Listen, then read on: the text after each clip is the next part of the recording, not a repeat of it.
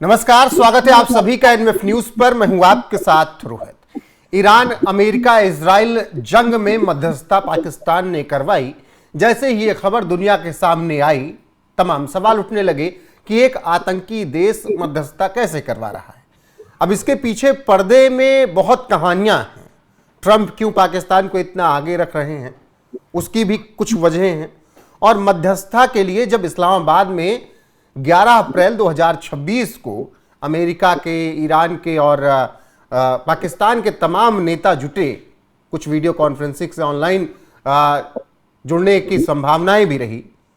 उस मध्यस्थता के बीच में परिणाम क्या निकला, इस्लामाबाद में जो मीटिंग हुई उससे क्या कुछ निकलकर सामने आया। मेरे साथ इस वक्त विंग कमांडर पुष्कल द्विवेदी रिटायर्ड हैं, उनसे ही समझने की कोशिश करेंगे। बहुत बहुत स्वागत सर आपका एनएफ न्यूज पर। नमस्कार, जय हिंद, हर हर महादेव। इस्लामाबाद में सर बड़े बड़े तुर्रम खाए, कुछ रिजल्ट निकला? देखिए, रिजल्ट अभी तक तो कुछ भी नहीं है और वैसे भी ये रिजल्ट के लिए हो भी नहीं रहा है।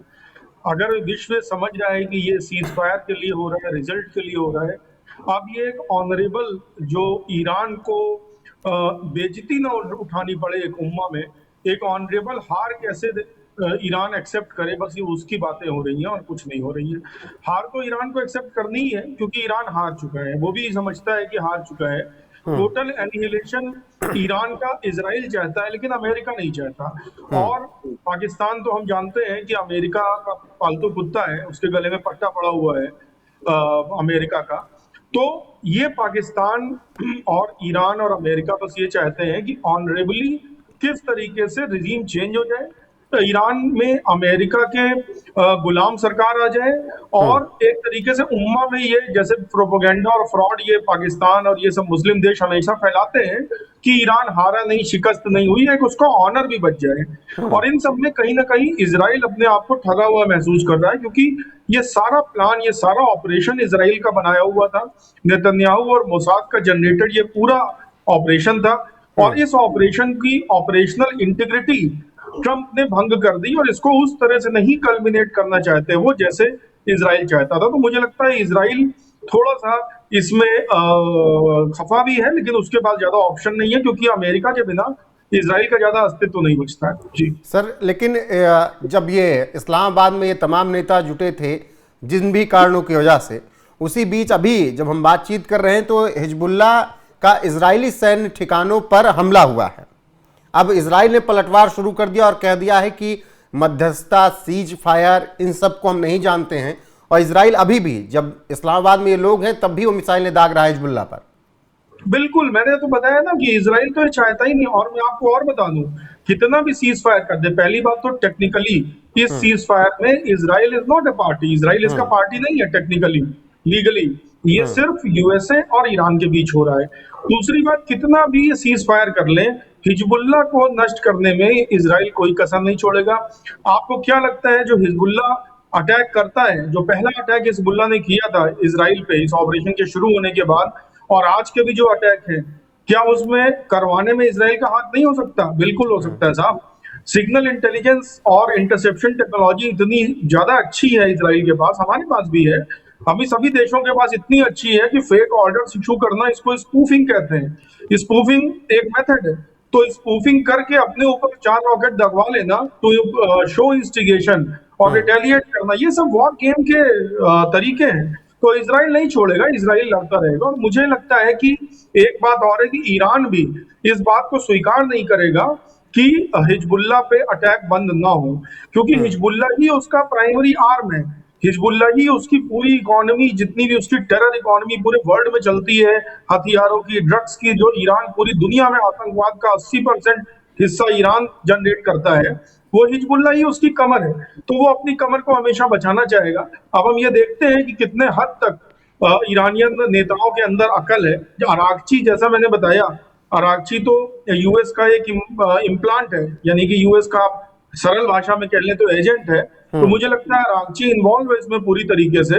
तो वो हो सकता है कि अमेरिका के पक्ष में युद्ध रुकवा के एक सरकार बनाए और उसमें अरागची का भी अहम हाथ रहेगा, उस सरकार में अहम रोल रहेगा। जी बिल्कुल। फिलहाल इजराइल हिजबुल्ला पर लगातार मिसाइलें दाग रहा है और जैसे तबाही मचाई थी उसी तरीके से अभी भी इस मीटिंग के बीच में भी इजराइल अपने मिशन में लगा हुआ है।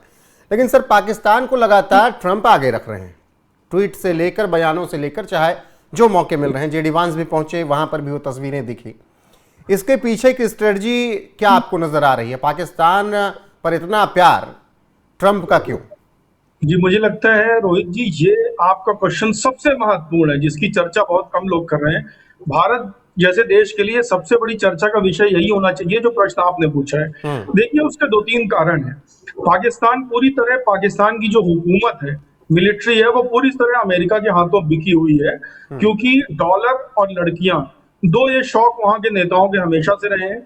और अमेरिका और सीआईए का ये ऑपरेटिंग प्रिंसिपल है, ये मोडस ऑपरेंडाई है कि वो डॉलर के लालच देता है और साथ ही साथ लड़कियों के साथ वो हनी ट्रैपिंग करके उनके वीडियो, सीडी और इस तरह की चीजें बना लेता है ताकि जीवन भर उनसे काम निकलवाए। और मुझे बहुत श्योर है कि चाहे असीम मुनीर हो, चाहे शरीफ हो, इन सब की सीडी, इन सब के वीडियोस अवेलेबल हैं।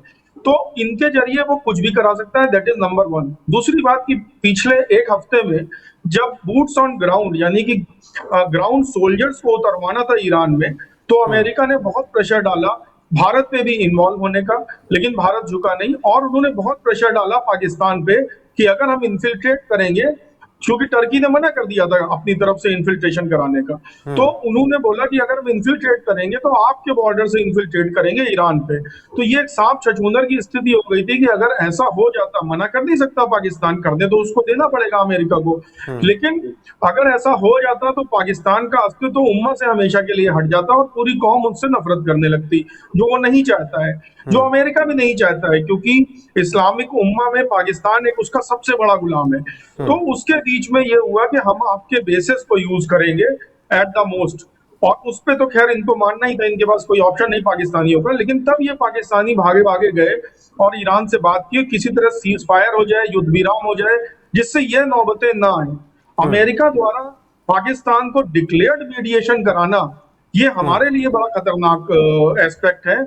इसमें पाकिस्तान की दुनिया में प्रसिद्धि और ये सब चीजें तो छोटी बात है कि चलो एक तरीके से कद बढ़ गया पाकिस्तान का, ये बहुत छोटी बात है। लेकिन बड़ी बात ये है कि पाकिस्तान को इतना ओबलाइज कर रहा है अमेरिका, विश्व पटल में उसको इतनी बड़ी शक्ति के रूप में दिखा रहा है। इसका मतलब ये है कि भारत के ऊपर पाकिस्तान के अंदर से खतरा बहुत ज्यादा बढ़ रहा है, क्योंकि पाकिस्तान अब ऐसी टाइज अमेरिका के साथ कर सकता है जिसमें न सिर्फ लीथल वेपन्स वो यूज करे, बल्कि नाटो की तरह जॉइंट डिफेंस टाइज भी कर सकता है। और अगर पाकिस्तान ये करने में सफल हो गया कि अमेरिका के साथ उसने ऐसी टाई कर ली ट्रंप के रहते कि अगर पाकिस्तान पे हमला हुआ तो अमेरिका पे हमला माना जाएगा, तो हमारा अखंड भारत का सपना जो है बहुत दूर होता नजर आएगा। मतलब कि जिस तरीके से ट्रंप का भारत पर बस नहीं चल पाया, तो उन्होंने दूसरा रास्ता अपनाया है पाकिस्तान के सहारे। बिल्कुल बिल्कुल। देखिए, भारत में बस न चलने के बहुत सारे रीजंस हैं। हमारी मिलिट्री वैसी नहीं है, और मैं आपको बता दूं कि हमारी मिलिट्री कोई पॉलिटिकल लीडरशिप की उतनी बड़ी गुलाम भी नहीं है। इनफैक्ट अगर पॉलिटिकल लीडरशिप कोई गलत ऑर्डर इशू करती है, हमारे रेगुलेशंस में प्रोविजन है, आप डिनाई कर सकते हो। तो भारत की जो संरचना हमारे एंसेस्टर्स ने जब बनाई, भारत की जो मिलिट्री की, पॉलिटिकल सिस्टम की जो संवैधानिक संरचनाएं बनाई, उसमें इन चीजों का ध्यान रखा कि अगर कोई तानाशाह भी बैठ जाए तो भी मिलिट्री मना कर सके। तो भारत के ऊपर तो वो तानाशाही करके भी कुछ नहीं कर सकता, और भारत की सरकार इस समय स्वयं एक स्ट्रॉन्ग सरकार है, तो भारत के ऊपर उनका ऐसा बस चलाना संभव नहीं है। लेकिन पाकिस्तान में जैसे मैंने बताया कि डॉलर और लड़की, ये दो चीजों से आप वहां किसी को भी खरीद सकते हैं। बिल्कुल सर, आखिर में एक सवाल, जब इस्लामाबाद में ये मीटिंग हुई तो उससे ठीक पहले ट्रंप का एक बयान आया कि अगर बातचीत सफल नहीं हुई, कुछ हल नहीं निकला, तो फिर ईरान पर इस सदी का सबसे घातक हमला अब होगा। देखिए, मैं ट्रंप का एक बात में प्रशंसक हूं। हमें इंटेलिजेंस में ऐसी पर्सनालिटीज को रीड करना सिखाया जाता है। ट्रंप झूठ बोलता है, ट्रंप बहुत झूठ बोलता है, वो कई बार झूठ बोलता रहता है, लेकिन ट्रंप अपनी इंटेंशंस बता देता है। आप ये हिस्ट्री में देखिए कि ट्रंप ने जो भी बोला है, और उसने वो चाहे 50 साल पहले बोली हो अपनी इंटेंशन, वो जब प्रेसिडेंट बना तब वो इंटेंशन के अनुरूप काम कर रहा था।